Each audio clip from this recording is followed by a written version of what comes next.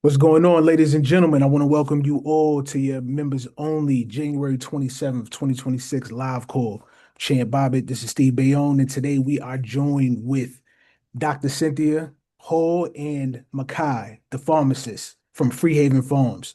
All right, today we're going to get into why food sovereignty matters now more than ever, how to start your own sustainable garden, and we got a full course that's available for you guys after this, but we'll get into that momentarily.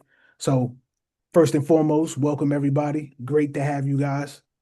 Kai, you muted, unmuted. Cynthia, unmuted. All right, Steve, you got it. Floor is yours, brother. Perfect, perfect. So this one's good. And I knew when I first met Makai that there was more to it than just what the initial relationship was about. So just take you back, and this is in short. It had to have been through Instagram. I was on my seeded watermelon quest, and this guy came across my feed. So Makai was coming out of Jersey, and then he had certain days and times where he'd be in Philly, then Jersey, then Brooklyn. So I'm like, all right, this guy's on the move. So our initial relationship was from the seeded watermelons, and not just your traditional reds, but then he had yellow, which was my first time being introduced to that. But that's not what drew me the most to him. Every time I went to see him, it was a learning lesson, right? He always teaches you something. And what was great about our initial onset is I never left either without my son or the entire family. So it became a thing for us to come down and to see him weekly on Saturdays or when we can. And I mean, we used to load up, quite a bit. So there's probably memories that are in my son's head now that we may not have even talked about, right? Just meeting a real life farmer, having the discussion about how he grew it, um, having a consultation with him when he came to our personal home to show us where, on our land things could be done. So it didn't feel transactional with Makai ever, right? That's another thing. Um, what I can appreciate the most about our relationship is he has a son that's first year college basketball, and he's also had older children. So I'm the wisdom of constantly asking him questions of how the journey was and how he always showed up every time. It never felt like I was rushed or anything. So just watching how I see he loves on his family, even from being from a distance, I could feel it, right? Just the commitment to growing. He kind of introduced us to certain things and the level of patience that you have to have with it. It doesn't. It takes a different type of soul to do the work that this guy does. Um, Cynthia, we've never. I don't think we formally met in person, but yeah, I see you in the mix, and I have an understanding of what's carrying a lot of this, similar to my household and my wife holding a lot of space. So welcome to Skyton Academy.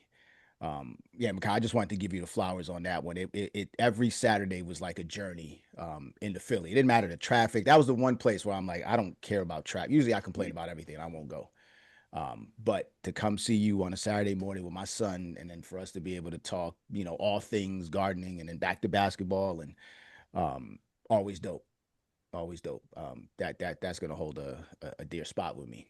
So that is the moment that probably stuck out the most to me is making it a family affair to go grab our watermelons for the week. Um, but what trying to see where I can go as we're going into the idea of deeper into sovereignty, right? Sovereignty is not just a buzzword that we're using at the academy, but it's everyday control over your life. Okay, control over your time, control over your money, control over your information. And then there's that one pillar of that almost everybody overlooks until it's disrupted, and that's food, right? So most people don't even think about food until the prices really go up, right? The shelves look a little bit different, the quality starts to drop. But food is one of our earliest systems of that humans were ever dependent on. Okay. And it was really the first systems that kind of opened up a way. Bartering started there. We talked about this in the book that we're reading of how agriculture changed and shaped America. Not all great, but still part of the process. So when I met Makai, I immediately knew this wasn't just about gardening, right? It was just a lot more. And this is more about reclaiming something that was foundational as I'm watching him and just learning and just studying every time I went. And this is what brings him and his wife here together, today. So we could now formally introduce this to the academy. I didn't want to keep it all to myself. So I want to introduce to you guys Freehaven Farms, founded by Makai and Dr. Cynthia Hall. And it isn't just a farm, guys. It's an educational mission first built around growing chemical free food, restoring food knowledge, and making sure communities don't lose the ability to feed themselves. So correct me if I'm wrong, but it's been since 2017 they've taught hundreds, if not thousands, hands-on to grow food. They've reached thousands through their educational platform and built a community around the idea that food is not just a product; it's actually power, guys.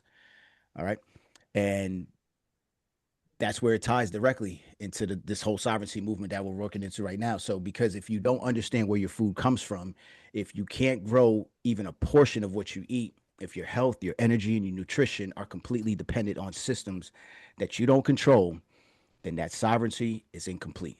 All right. So, we're going to talk about this course that's coming up. We're going to get to know our guests and kind of what they do. So, this is about giving you awareness, confidence, and the capabilities. All right. So, it's about reconnecting food to health, education to independence, and then knowledge to freedom, guys. All right. So, tonight we're not just talking about gardens, we're talking about the most practical step towards sovereignty that you can take today. And it's starting with what you put in your mouth. All right.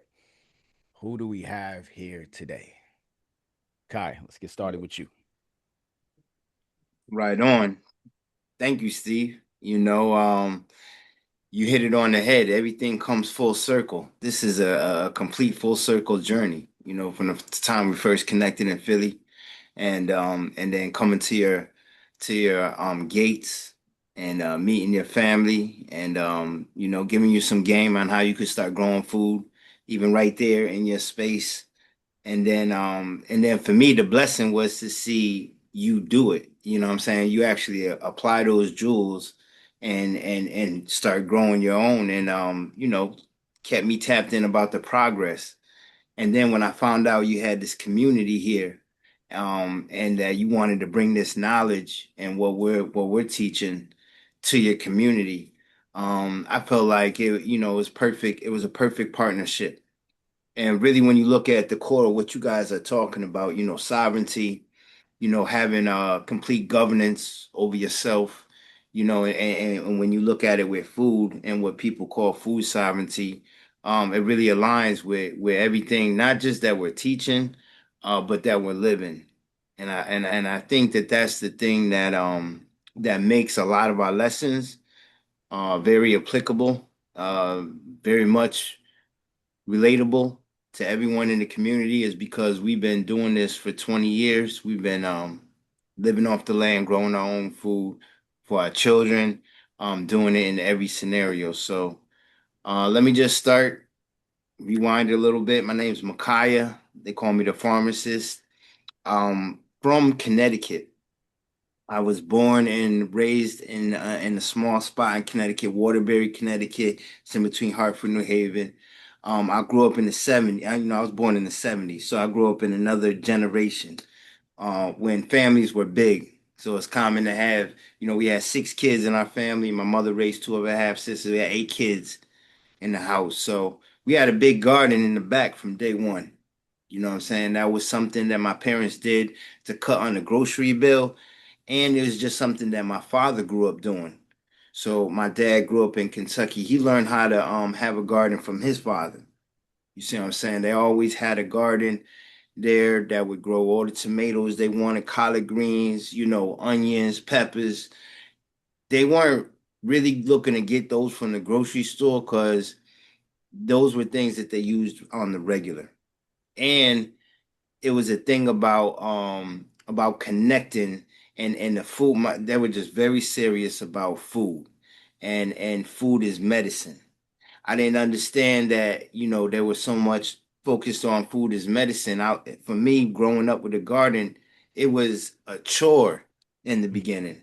So I had to go in the back and weed or water or spread the manure or harvest or whatever I had to do right after school. I had to do the chores before I went to go to the park. So I grew up just having to work with my hands, having to do work in the garden as a chore. And it was a blessing that I found out about later on. To make a long story short, I started to work a summer job at 12 years old, which was on a farm, a 16-acre farm.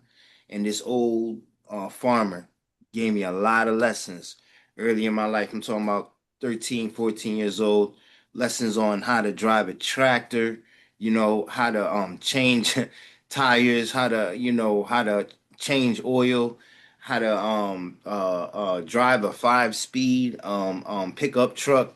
All this stuff I learned early, just being on that farm. And once again, like I said, I was trying to make a couple dollars summer job, but it was a blessing because it gave me some early experience. Fast forward to when I met my wife in Atlanta, Georgia. I met the queen there. She's gonna tell you her story. She was in grad school. I went to Atlanta to get my plumbing license. I was in a trade school for my high school. I went to Atlanta to get my plumbing license.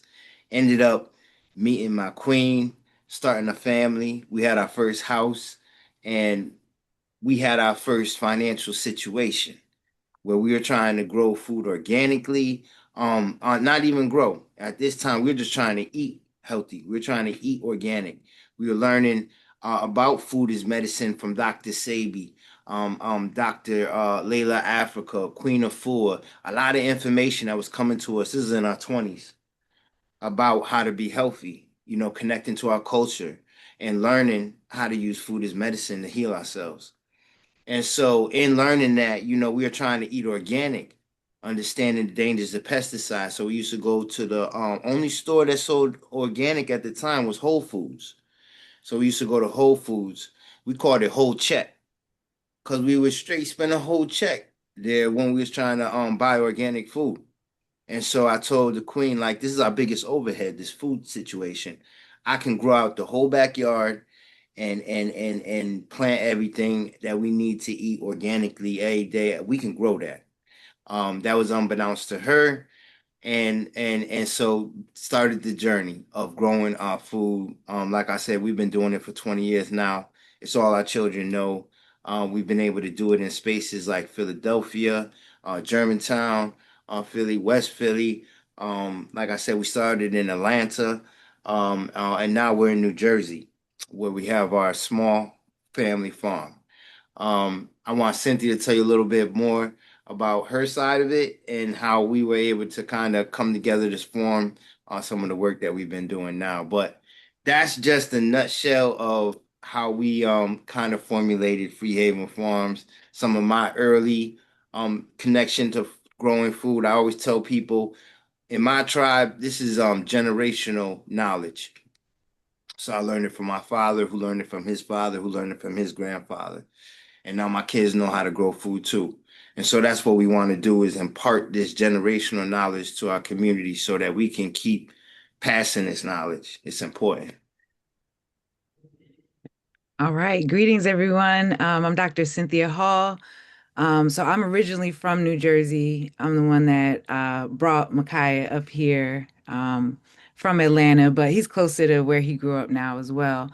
I'm from Lawnside, New Jersey. That's in South Jersey. Someone asked what part of Jersey. We're in Camden County, so we're right over the bridge from Philly and right next to Camden. And I did not grow up growing food. And I, really never saw growing food as a part of my journey when I was growing up or even in school. So I was the math and science nerd growing up and ended up studying chemistry when I went to college. I went to Howard in DC. And then from there, I went down to Atlanta to Georgia Tech to do my PhD in geochemistry. And so, geochemistry, a lot of people are like, what the heck is that? So basically, if you take geology and chemistry and mash it up. So I was, at the time learning about the chemistry of the earth. And that's where I was getting exposed to the effects of pesticides on the environment and just learning about all of the different aspects of, what's messed up with our environment, which is a lot. But agriculture, I learned, was the biggest harm that humans cause to the planet. And you really wouldn't think that. You think that farming is good, but of course, we know the way that farming is done now is absolutely terrible. So I started to get into this idea of eating organic more from like an environmental perspective. Um, and so again, along that journey, I'm living in Atlanta, going to school, trying to be focused, and then I run into Micaiah.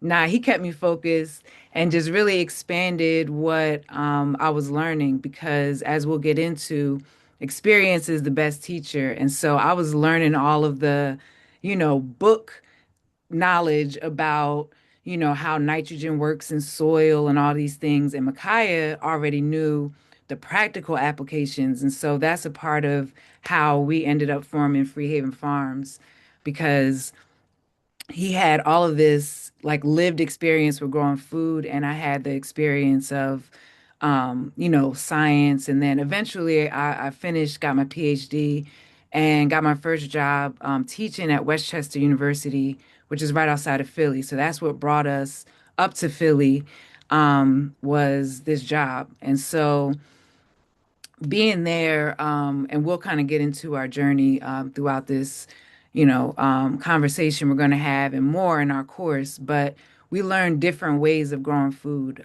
We went from having a really big backyard in Atlanta to having a tiny little row house, backyard. And so eventually we came back to Jersey, to my hometown of Lawnside. And again, not to get too long-winded about it, but Lawnside is a historic community. It's the first community north of the Mason-Dixon line that was settled by Black people. And so that history, I'm fourth generation Lawnside, so it was really important for us to not just find some land anywhere, because this is New Jersey, you could have found land anywhere, but we wanted to intentionally be in, this community. And so the way that Free Haven Farms came about is the history of Lawnside. The original name of Lawnside was Free Haven, because it was a stop on the Underground Railroad. And so there was a lot of work that was being done there to, provide a haven of freedom for our people. So we wanted to continue that with our food and knowledge that we wanted to bring to our community. That's Yeah, beyond, I facts. love that story though. yeah, that's beyond incredible right there. Nothing happens by mistake, at Look, all. Right. look, and to the Free Haven name, you know, we always say we're not in slavery physically anymore, but Bob Marley, who has a Earth Day coming up, he said, "Emancipate your minds from out of slavery." And in the time right now where our brains are really being hacked by social media, by the internet, by a lot of different plays that are at play. Um, freedom that we have over ourselves, and one of the healthiest things we could do is connect to nature. And so growing this food is really puts us in a position to connect to nature like our ancestors really were. They were really connected to nature and they got a lot of guidance, a lot of health, and a lot of foresight from that connection to nature. But just the time and space that we're in right now, we're becoming more and more disconnected from nature. You feel me? So especially with the AI looming and just a lot of technology developments and how rapid it goes, we're being more and more disconnected to nature. But this thing right here, growing food, we're gonna get into these lessons. But as we talk about it, you're gonna see that it becomes a lifestyle, and it becomes something sustainable, regenerative. It becomes something that affects the way you think. Literally, your train of thought starts to be in a sustainable way. It changes the way you approach things. So we're looking forward to sharing this information because we feel like there's a lot of value in it, even beyond the knowledge of growing food. It's the knowledge that we could apply to the other aspects of our life, from relationships to growing money, growing business, like self-development, everything. There's a lot of lessons here. So just want to leave that with you. Yeah. I'll stop there. All right, Champ, what you got? So I'm curious. So emancipating your minds. So first and foremost, I just want to say you two have a divine assignment and connection between what was in your wheelhouses from young and actually being able to come together on that mission and to do it as husband and wife. That's beyond powerful. So big salute to you both. Speaking of mindset, from teaching thousands of people, like you guys have a great following. I know there's a lot of people who are interested in this and they know the importance of it, but then there's also the other side to it.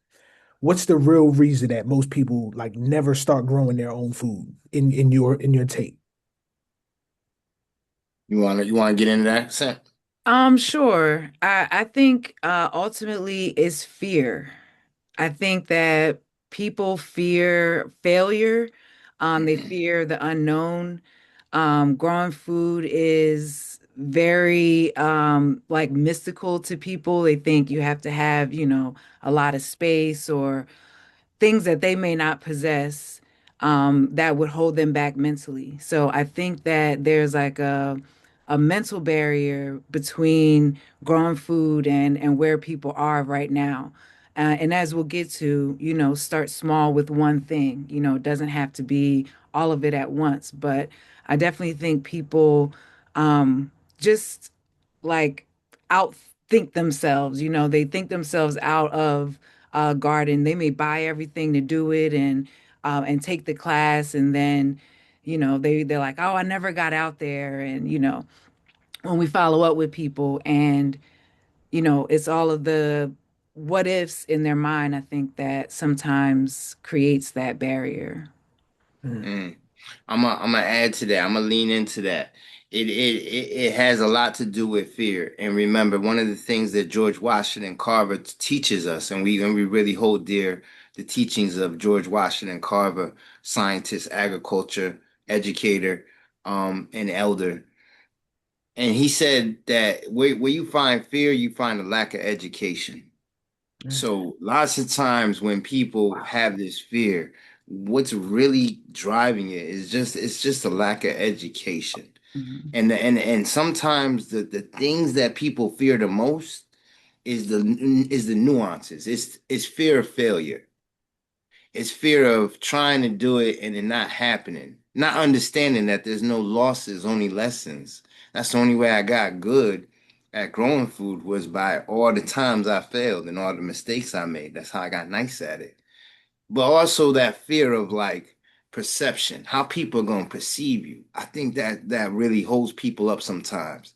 You know what I mean? How people are gonna look at me if my hands are dirty or if I'm in the dirt doing this, you corny farming, trying to grow food. You know what I'm saying? And sometimes as a community, we could tear each other down in that way. And so we carry this fear because of having to go through those scenarios. Sometimes even as young ones, all the way to adulthood, we carry this fear about being ridiculed or perception. And so man, like I said, lack of education once again, because once you educate yourself, you start to see how powerful this work is, and the thing that you think people will perceive as something corny is they'll really perceive as inspiring, and you don't know how many people you will inspire by blazing that trail and doing that thing. So it is fear, but that's where we come in because we're gonna educate. That's it. That's the power. Yeah, that's yeah, you hit the nail on the head. So time, right? We preach this all the time. One of the first courses that you take when you join the academy that we suggest is a time management course. It's basically an Excel sheet that shows you where all your time goes, every single thing, and then you look at it in a week, and then you start to decide what serves you, what doesn't.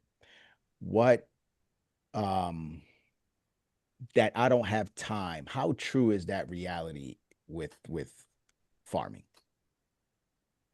And we're talking about just Yes. on a smaller level, maybe a single Mm-hmm. person, husband and wife, not a whole family. So we just start small. Mm-hmm. Mm-hmm. So I applaud you at having the time management education because it is probably one of the biggest challenges that we're gonna face whenever we're trying to achieve success at anything It's the time to be able to master that craft, right? And creating the time. So I don't, what I think about time and what I've noticed over the years is that it's not so much a time thing, because people have time to do whatever it is that they want to really do. We find time to watch the game. We find time to hit the phone and scroll. We find time to do a lot of silly stuff. You know what I'm saying? We have time. It's just that we don't always prioritize. Anything that we prioritize is we make sure that we do. You know what I'm saying? Making money is an important thing. So lots of times, obviously, we prioritize work and our business. You know what I'm saying? That's very important. Gotta have money. Got to be able to support yourself financially. But equally as important is food. You know what I'm saying? And when you really start to understand the health conditions in our community, you know what I'm saying? And like really that the health conditions in our community are directly tied into food, diet, what we're eating, what we're putting into our body.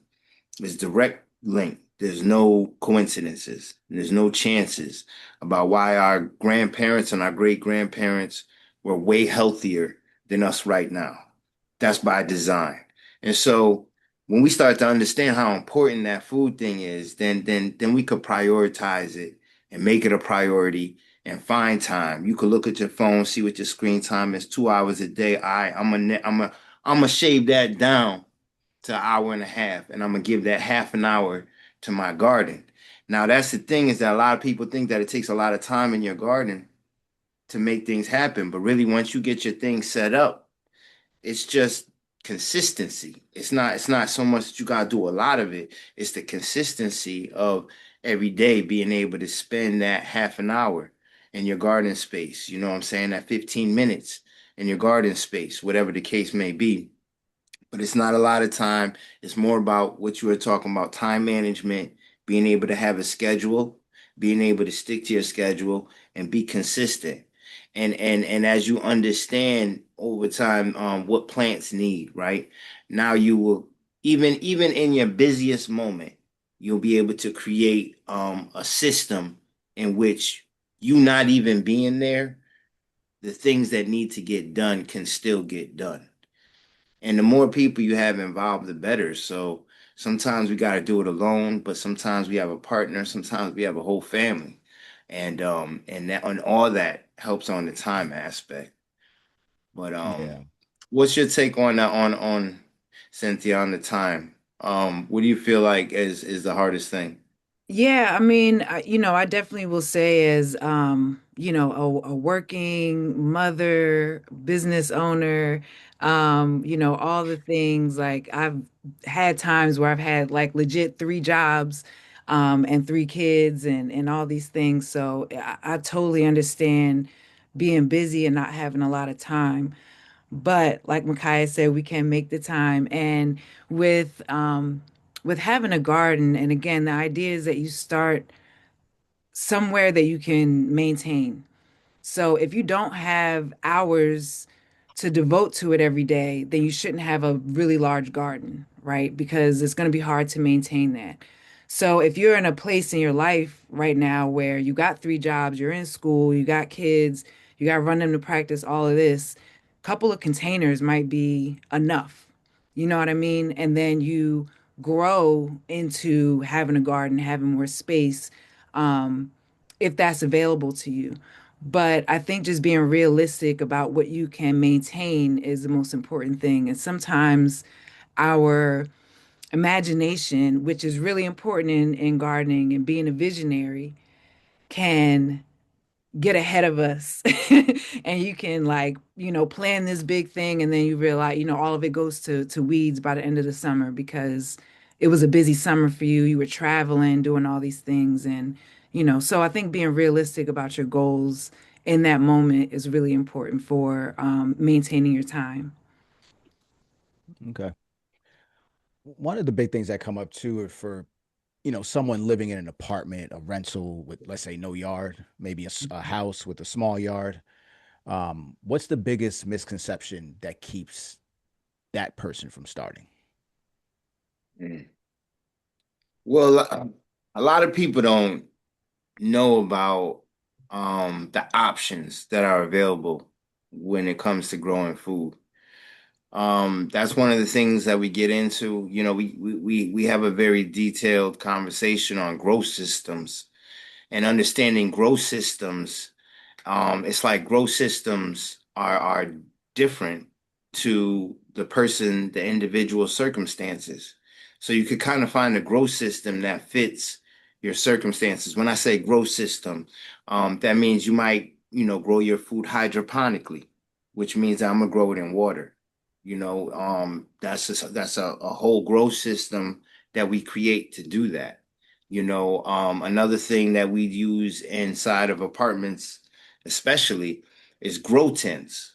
So we create a whole ecosystem, a whole environment for our plants to be healthy and happy inside of a smaller tent that comes in a variety of sizes.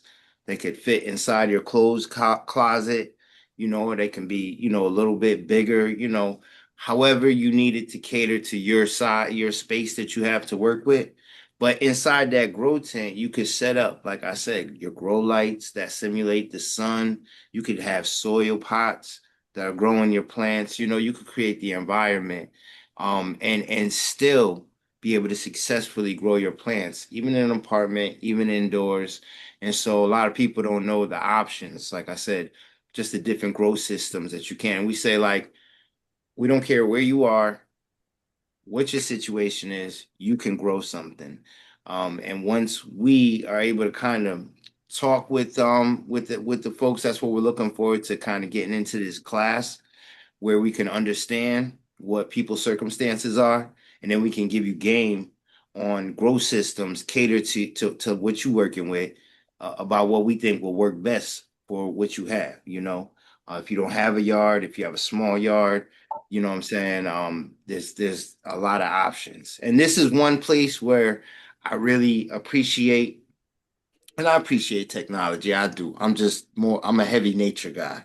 You know what I'm saying? But this is one place where I really I love where technology has helped agriculture, because some of the grow systems and what we could do right now, what I mean? We've come a long way with grow lights, what I mean? LED lights, very specific spectrums that really give our plants what they need so that, they grow really fast, even inside. So yeah, we have a lot of knowledge to share about that.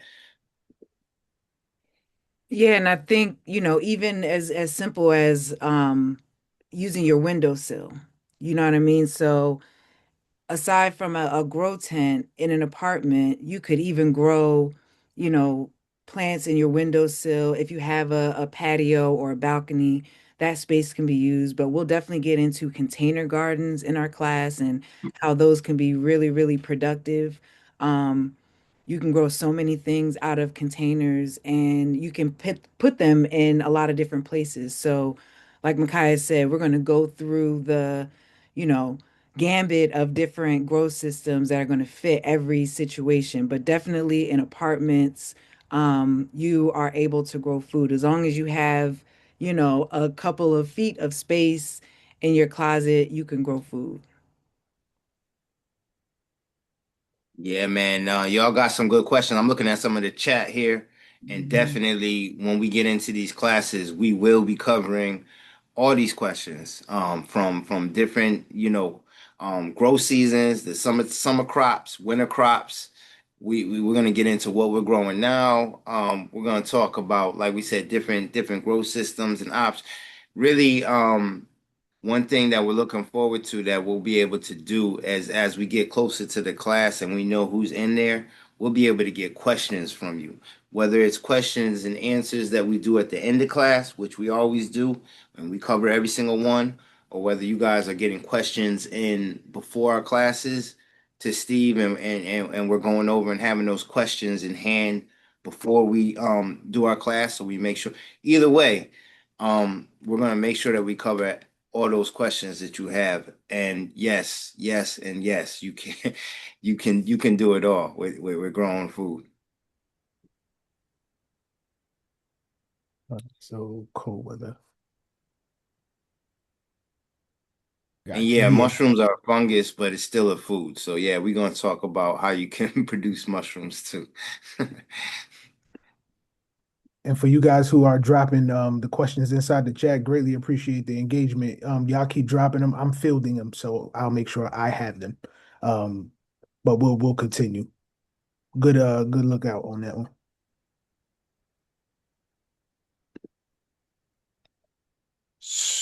Steve, you got the next question, or you want me to jump in? Yeah, I had messaged you behind the scenes. You didn't get it, I guess. My bad, I didn't see it. Oh, okay. No, I'll just grab it. This would be a two-part for you guys. Um, hmm.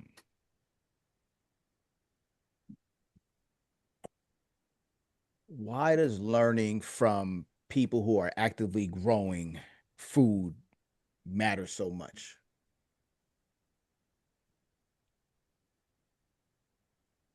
I mean, I would say because experience is the best teacher. And I can say from being from that, again, like scientists understand all the chemical reactions and all of this stuff. I could explain how plants grow, down to the atoms, but had no idea, exactly how deep to put the, roots of this plant versus this plant. That can only come from experience.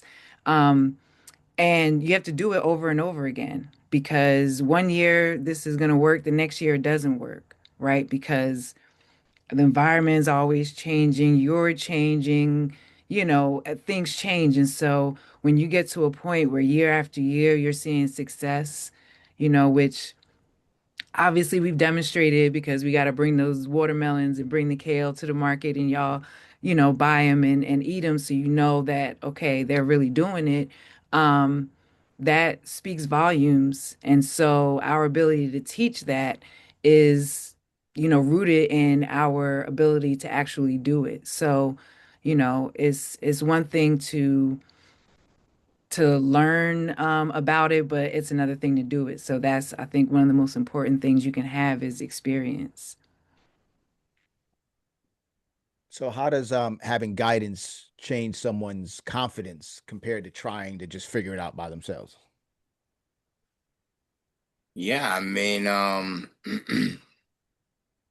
we took a yo we had a yoga class just before we came online today. Me and the queen, and the daughters were there too, actually. And it's one thing to have somebody just tell you the moves, and you just hear a voice, and it's like do this, and yeah, you're like, what? How? My body don't move like that. You wild? No, Mm-mm. And then the yoga instructor that we had today was like, I think she would see when times when, we were questioning ourselves, and she would get there and she would demonstrate the movement. She like get in, and you would see how she got into it, and how she held it, and how she breathed through it, and then how she got out of it. And sometimes just understanding those nuances, like how to get into it, you know what I'm saying? How to actually the technique. We said, and that's the thing that we teach is the science of things. We teach the principles, but we also teach you how to develop your own technique, because we all gonna, at the end of the day, you're gonna see growing food is very spiritual. It's very much like art. It's very much like jazz. You know what I'm saying? And you're gonna have a format, but it's a freestyle. You know what I'm saying? And there is gonna be some trial and error. And once you understand the science and the principles, you're gonna be able to create a technique that fits you best based on the tools you have. Your hand moves different than mine, so I don't, you know what I mean? A lot of different things. And at the end of the day, man, I tell you, I've taught things to people that turned around and taught me something back, because they took the principles, they took the science, and they added their technique, and I never saw it like that, but it works. You know what I'm saying? And so, yeah, there's gonna be just a lot of experience that we could speak about, like you're saying, from trial and error, and I think that one of the best things is, yes, when you could learn from your own mistakes, that is growth. But when you could learn from someone else's mistakes, that's wisdom. You know what I'm saying? And so I feel like we're gonna be able to impart some wisdom because some of the mistakes that we've gone through, we could avoid you of going through them, whether it's wasting money or getting the wrong kind of soil or the wrong kind of seeds or using the wrong kind of wood, spacing your plants the wrong distance. So a lot of details that we'll be able to cover, all of them. Absolutely. So you worked in music. You said this is like creation. This is like jazz, right? And I'm a musician, so that resonated with my spirit, right? And one of the students actually asked this question. I know music and vibrations can definitely assist in growing. And Ash actually asked this. She said, "Do you all mess with growth plant music or sounds? Probably more experimental, but I have been looking into that." So Ash, we Mhm. definitely in alignment with that. I'm curious myself. Yeah, That's yeah, so definitely. funny. Now yeah, nah. You want to talk about that Well, I was just going to say that real someone quick? asked us that question this weekend. We were teaching a workshop, Yeah, and the same yeah. exact question came up.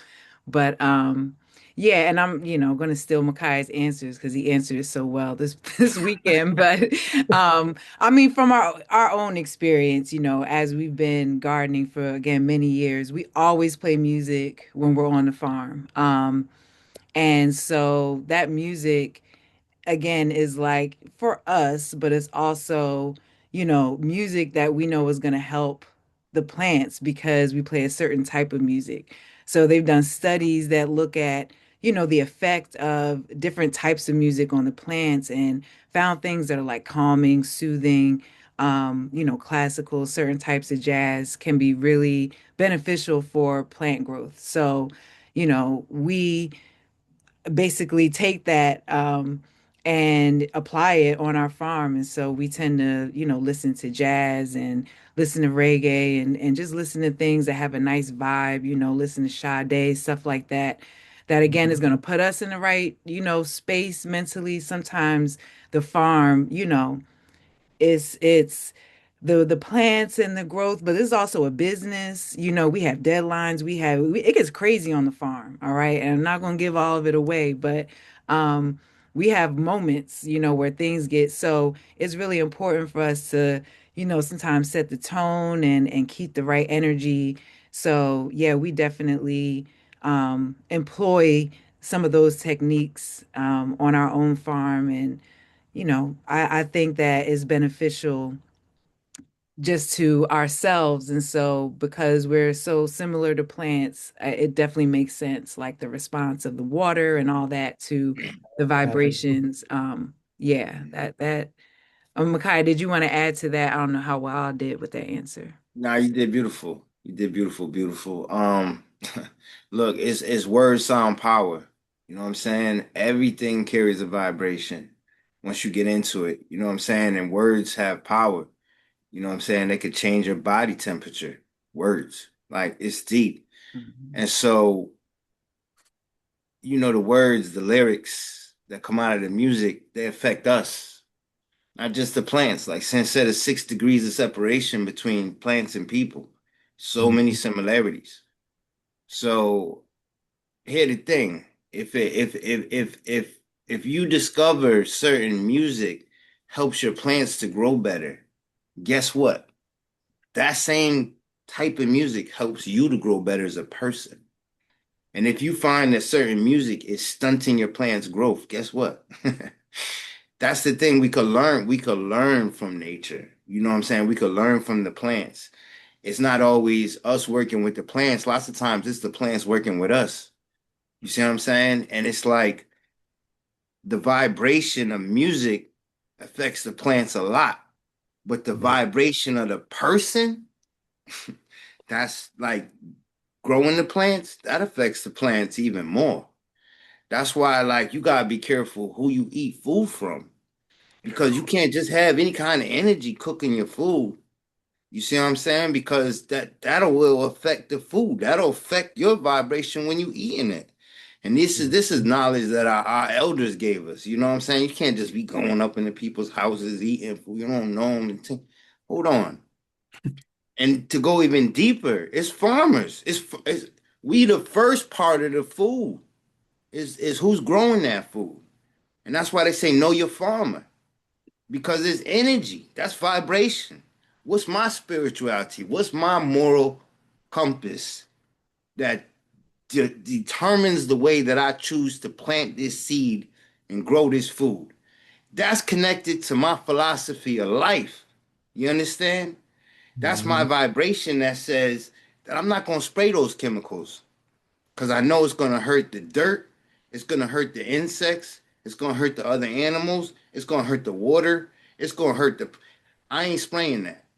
You see what I'm saying? And so it's deep, man. But the more we learn about these plants, the more we're gonna learn about ourselves. That's all I'm gonna say about that.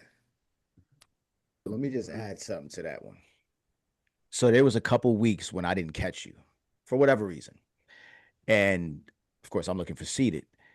There was a local farmers market I would go to near us on the main line here. So again, that's only when I couldn't connect with you. And if I tell you that these Amish seeded watermelons could not, I didn't even finish it. Like once I take a bite, that's it. I know if it's good or bad because ever since I've been with you, it's been super consistent all the way through. So I don't know anything else when it comes to seeded watermelons. That should be a little bit off where I could accept like, oh yeah, it should be like that. So I could remember in between time not being happy, and I did it twice, and both times the exact same thing. Mm. Yeah, It just yeah, Yeah, is. I nah, mean, man. we talk about on our farm because we are a small scale farm, compared to these bigger farms, it's such a difference because we're a lot more like intimately connected with our plants.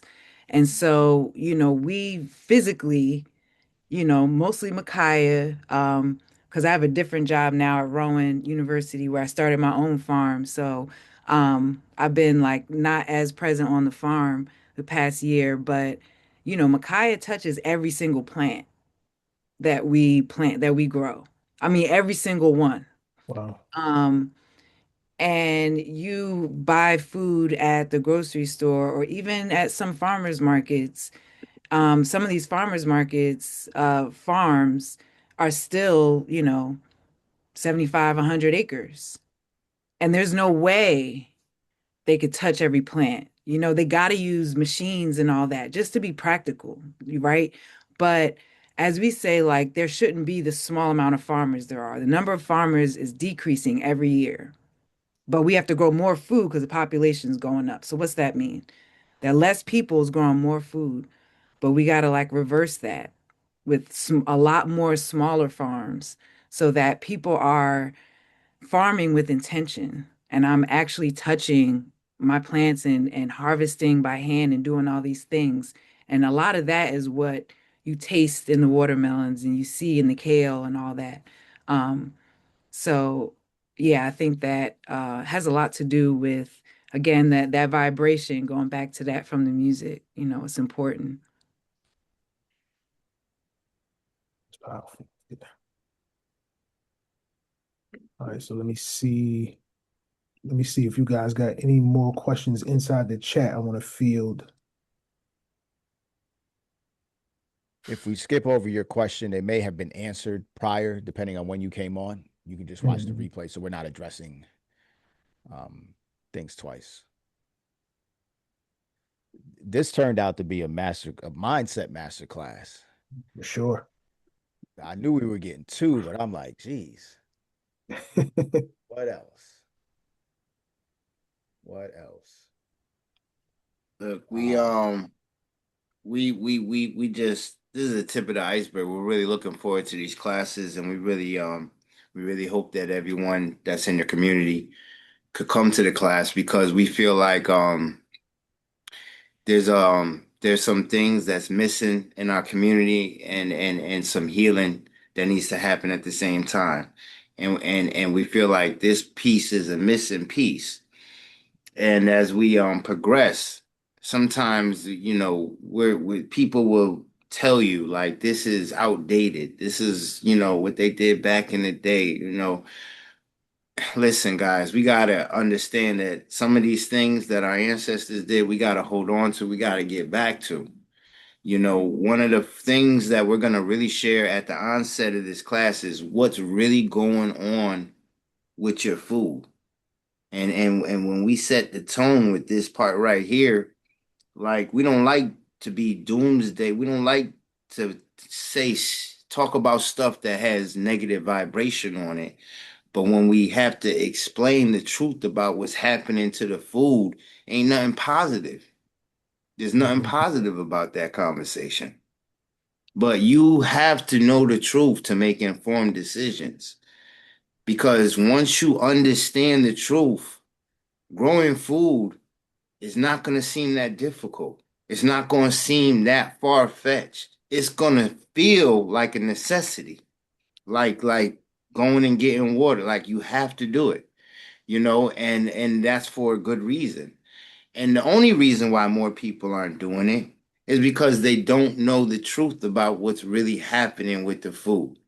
They don't tell us. That's not surface information.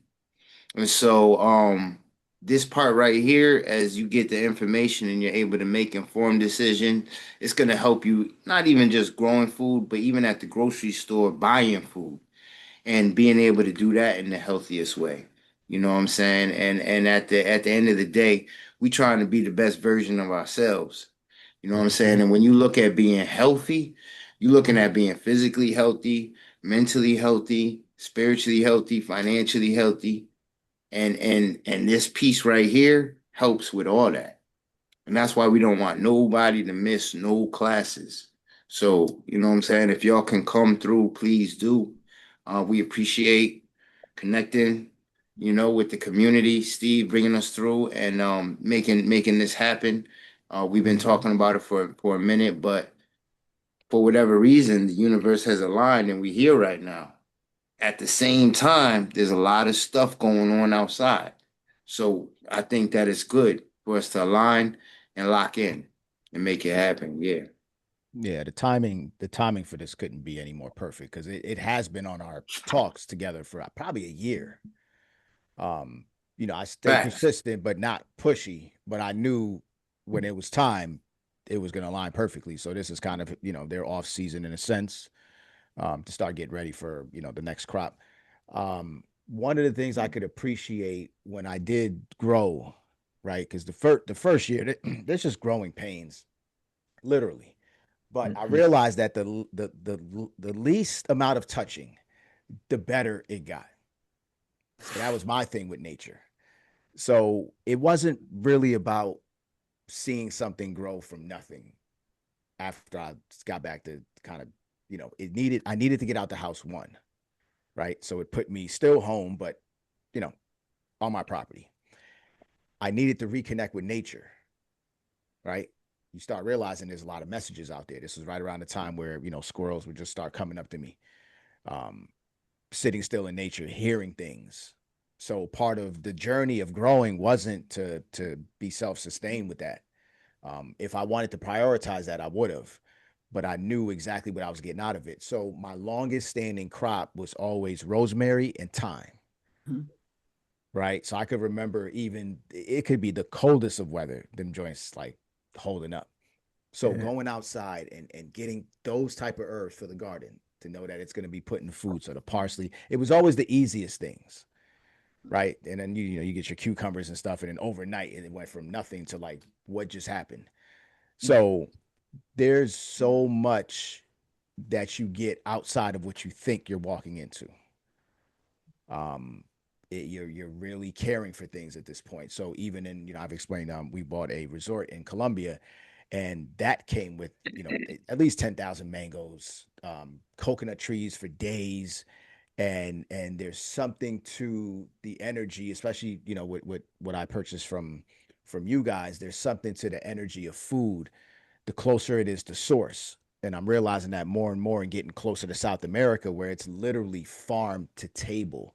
Like I can pull it off the tree or an avocado could just hit me in the head as I'm walking. So I can feel the difference in the energy part. It's a little tough. We say it here, but I don't think we really realize it until you're eating living food. Yeah. Nah, man. And these lessons are seed to table. So I know we about to finish up here, but just a little preview of the Yeah, conversation that give we're us the gonna have. 4 days. I know we had. Yeah. You told me, Steve, Yeah. I need So 4 weeks with them, and you're building out. Each day is what? right. So we have four classes. You know, each of these classes are gonna be pretty loaded. So it's a lot of information that we're packing into these four classes. So definitely come with your thinking cap, come with your notepad. And fortunately, we're going to record it so you can go back and review the information. But our first classes are going to be on a lot of science, a lot of plant science, the science that you need to know, soil science, seed science, science of, the ecosystem. We talk about photosynthesis and how the plants work with the sun, how the plants work with the water, how the plants are able to achieve nutrients from the soil, how to build your soil, just a lot of science that goes to growing food. Like we said, that's very fundamental, to understanding the rest of the steps. And then in our second conversation, we're going to get a lot into planting techniques, planting seeds, transplanting seedlings, growing seedlings, planting trees, planting. There's the whole world of planting, and we will get into techniques. So very precise detail on ways in which we put our seeds into the ground and we put our seeds into the seed tray.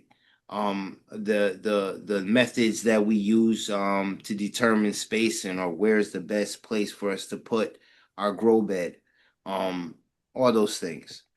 The third conversation is going to be on the three P's. So we teach plant, protect, and provide.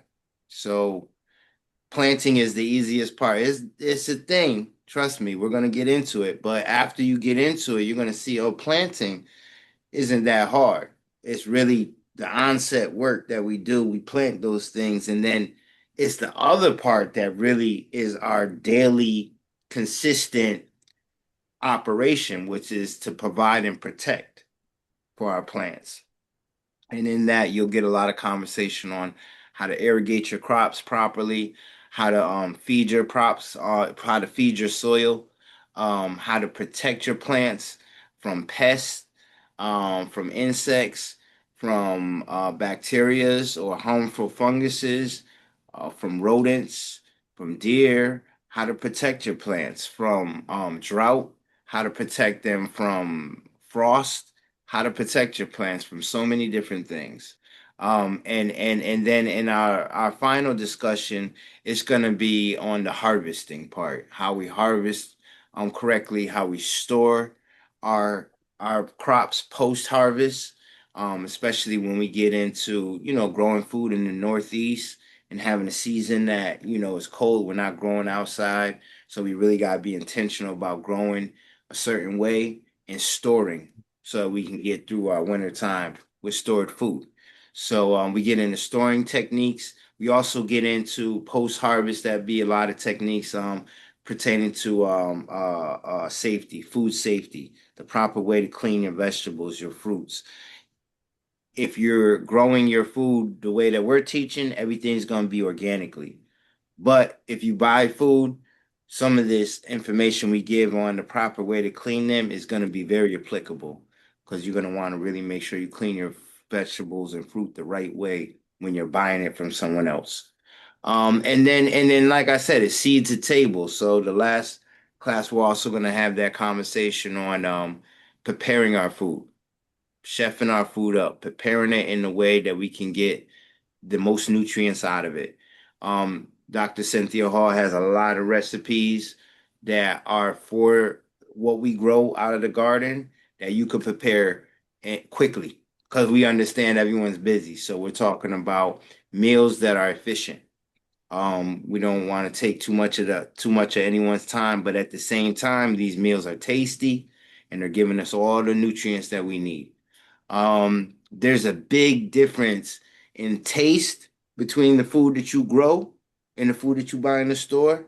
But even more, there's a big difference in nutrient and the nutrition density. The nutrients that you have in that food that you're growing is going to give you so much more than what you're buying. And there's a reason for that. We're gonna get into that in the classes, but that's just a quick preview of kind of what we're gonna knock down in those four lessons. And obviously, like we said at the end of each class, we're gonna have a lot of questions that we'll be answering. But so you guys will have um a lot of opportunities to ask us and to get information. And then we're gonna show you how you can continue to learn with us throughout the season. But we're glad that we made the connection. If you do get a chance, check us like Steve said, go ahead, follow us on Instagram. More because I have a lot of educational videos up there. So just go up there and learn some stuff. You know. Uh Also we got a YouTube channel that has some educational, some information too. So you could check that out. But um as you look at certain things, that'll also get you to ask certain questions. So write down any questions you have. Don't lose them, and we'll get to them. Perfect, perfect, perfect. All right, Champ. Champ's gonna drop the link for you guys in the chat. You can take a look at it. It's $60 for the course, guys. It's Grow Your Own Garden. It's starting February 2nd, the 5th, the 9th, and then the final date is on the 13th. Everything has a playback. You actually keep the playback too. But again, those are going to be the live classes. They're going to be at 7 p.m. Eastern Standard Time. So February 2nd, the 5th, the 9th, and the 13th. So we're going to finish this over a course of 2 weeks. We'll have 2 per week. All right. Guys, this is going to be part of our foundational sovereignty tier, which is our foundational tier, right? That's where we start. So we started with our digital footprint about a week ago. Now we're moving into the food part. Remember, there's certain aspects of life that these guys are controlling, and you control food, you control people in that exact order. So it's not a matter of am I ready to plant right now? It's a matter of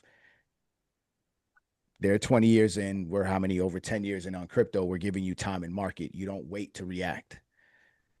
You start to line up what's important to you. Again, I'm not saying that this needs to be, but I'm not saying that it doesn't either. So we can stop fooling ourselves about this conversation. They got these GLP-1s now. That's a whole nother situation. There's no shortcuts in life, guys. You're going to be a patient for life, and that's what they're doing. That's the play, right? Just even thinking on before you guys got on here, I'm like, even the name, they're fucking with us with farmer, Mm-hmm. Yeah. being just getting into my herbs in the last couple years, and knowing that I have something innate in this holistic world that hasn't been like I haven't formally taught myself. It's just something that just happens.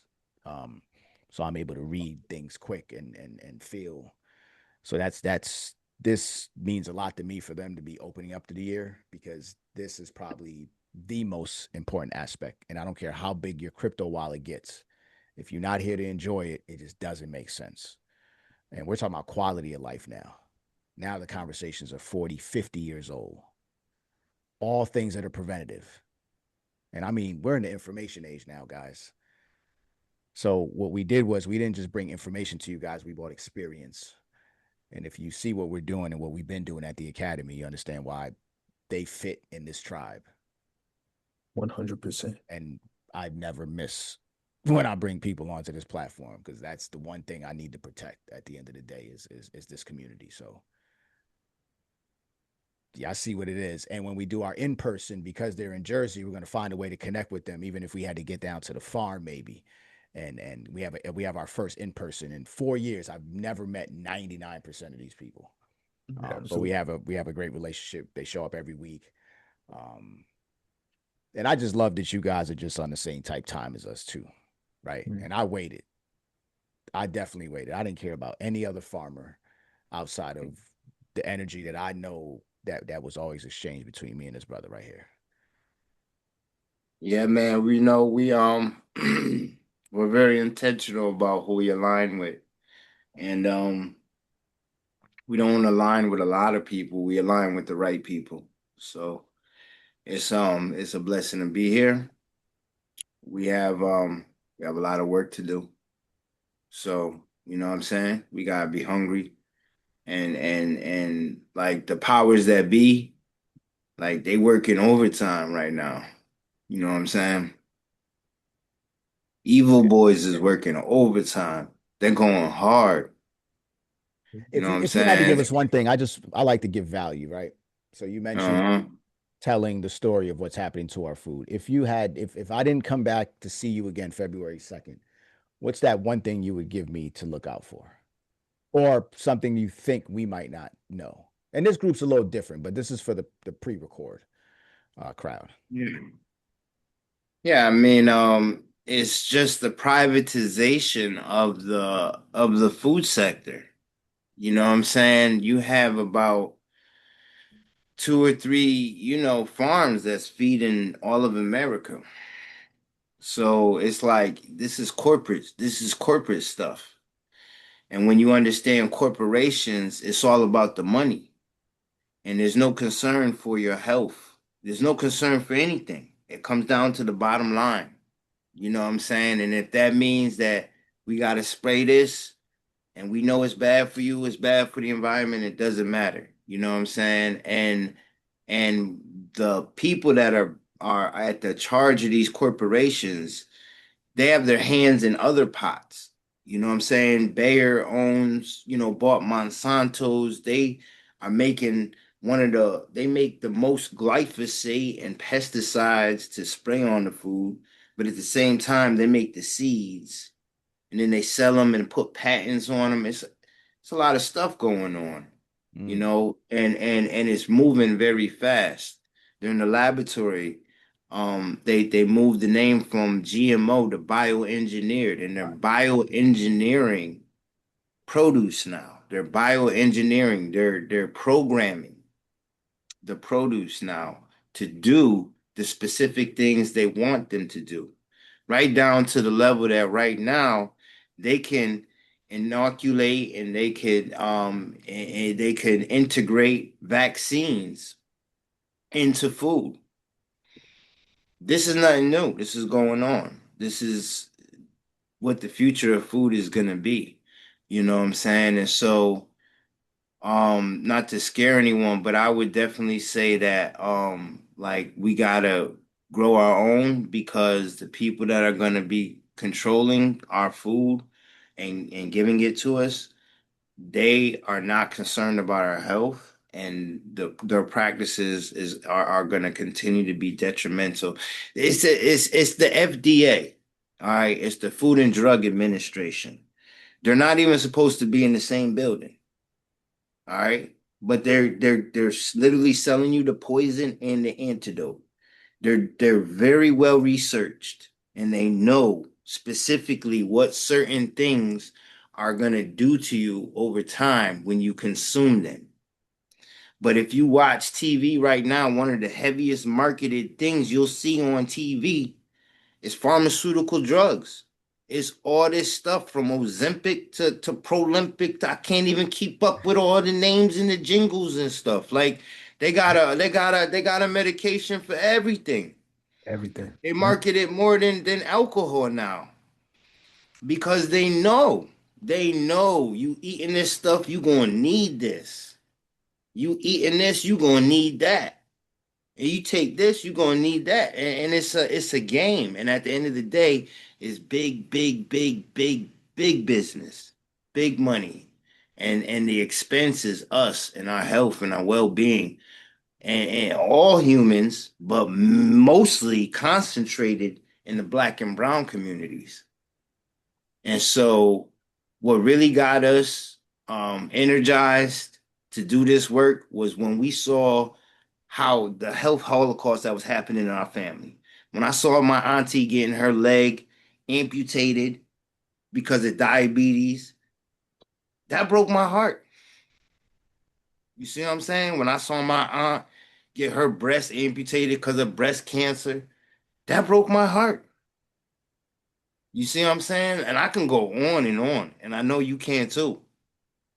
And when I was like, yo, this ain't cool, what's happening like to our community. And I ain't even gonna get into mental health and these other things that's all connected to food, bro. Like autism rates. Like when we really get into it, it's gonna blow your mind about food and when certain things were introduced into our food system in a direct correlation with the spike in what was happening to us health wise. You see what I'm saying? This is actual and factual. This ain't conspiracy theory stuff. This is facts. And so anyways, we're solution driven. So we're more focused on the solution than the problem. But we gonna understand the problem so we can understand the solution. But look, guys, I'm looking forward to the class. This is my passion, so it's easy to get me wound up and get me to talk about it, and get going and stuff. But we're gonna stay on course. Hearing from Um, downstairs, I'm like, dang. This is I think they're kind of used. They've been with us for 4 years, so Very they got familiar. some toolings here and there. Think they're right on par and course from ready for this. This is a big part of it. So we have 5 tiers of sovereignty, and this is tier number 1. This falls under the foundation. It's all tied to our score assessment. We're putting out an app that's going to tell people how sovereign they are in those 5 tiers. We had a couple food questions in there, and that's probably the tier that people scored the lowest in. So now we're literally putting our lives in the hands of a system that we all know. If anything from the pandemic we learned, we are not as trusting of that system. And I mean, everybody's questioning it now, right? Mm-hmm. Now you see the rise in just holistic care. You see the rise in ecotourism, which is kind of what we're doing in Colombia. You see where things are going. Bottomless mimosa days, those are dead. People aren't even like drinking alcohol anymore. You know what I'm saying? There's this new surgence of consciousness that has raised. So this is important for us to, and connect with each other too, because we all have social media platforms with different types of followers, and I just wish we all did a better job of interconnecting our messages, and this is kind of maybe what I'm tasked here for, because to wake up every day for the internet is like, it has to be for a bigger calling and for me to shoot a video. So I'm just starting to find what is that calling, and I'm starting to realize this is it. It's putting me around individuals like you guys who can then not only share on shit what I thought was just gardening. I'm like, this is gonna be a masterclass in just life, because the amount of gems he gives me with when his kids were small, coming up with sports and things like that. I'm like, this guy fills my cup, man. Not too many people I can go to have a conversation with every once in a while, and he's definitely one of those guys. Yeah, I judge a guy by the way he treats his family, and regardless of me not knowing, being in the household intimately, I can feel that one. Yeah, salute to you, man. Most definitely. Yeah. So February Thank you, 2nd, Mom. we're back with you guys again. The replay will be up. I know most people are here for what we call Champ's outros. He usually lets us in and lets us out real nice. So what you got for us, Champ?